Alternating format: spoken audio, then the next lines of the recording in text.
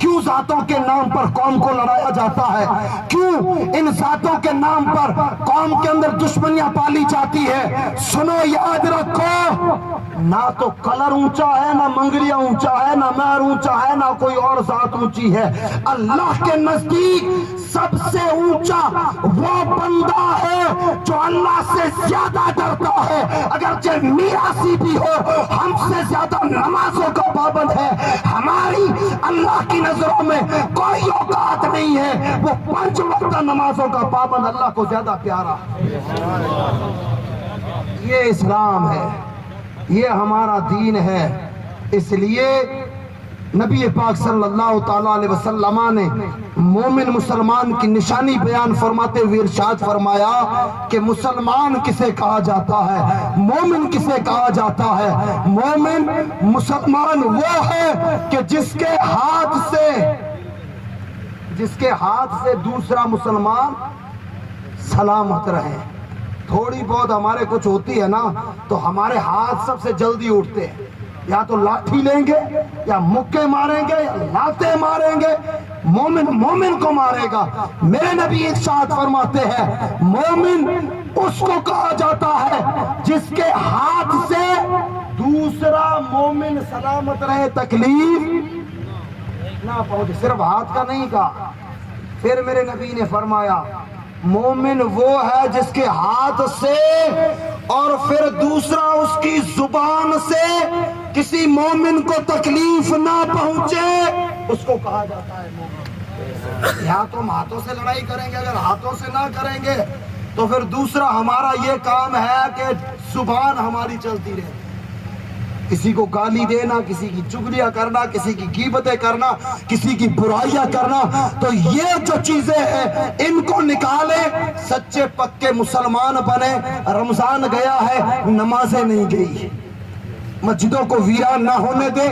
جہاں مسجدیں ویران ہوئی ہے وہاں سے مسجدیں قبضے میں کر لی گئی۔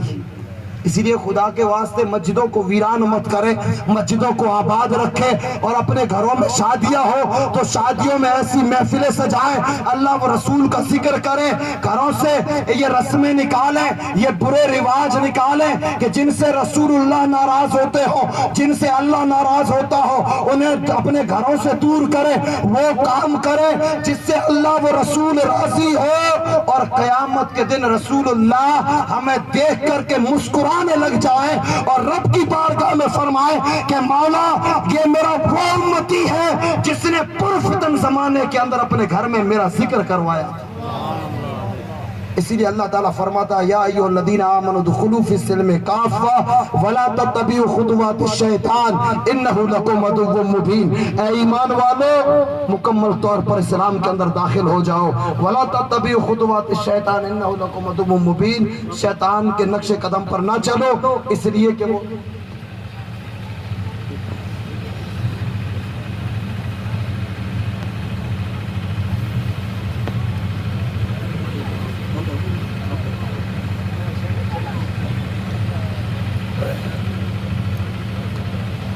درود پاک پڑھے اللہم صلی علی سیدنا شفیعنا نبینا مولانا محمد مبارک وسلم صلو علیہ صلاۃ و سلام علیک یا رسول اللہ صلاۃ و سلام علیک یا حبیب اللہ صلی اللہ علیہ وسلم۔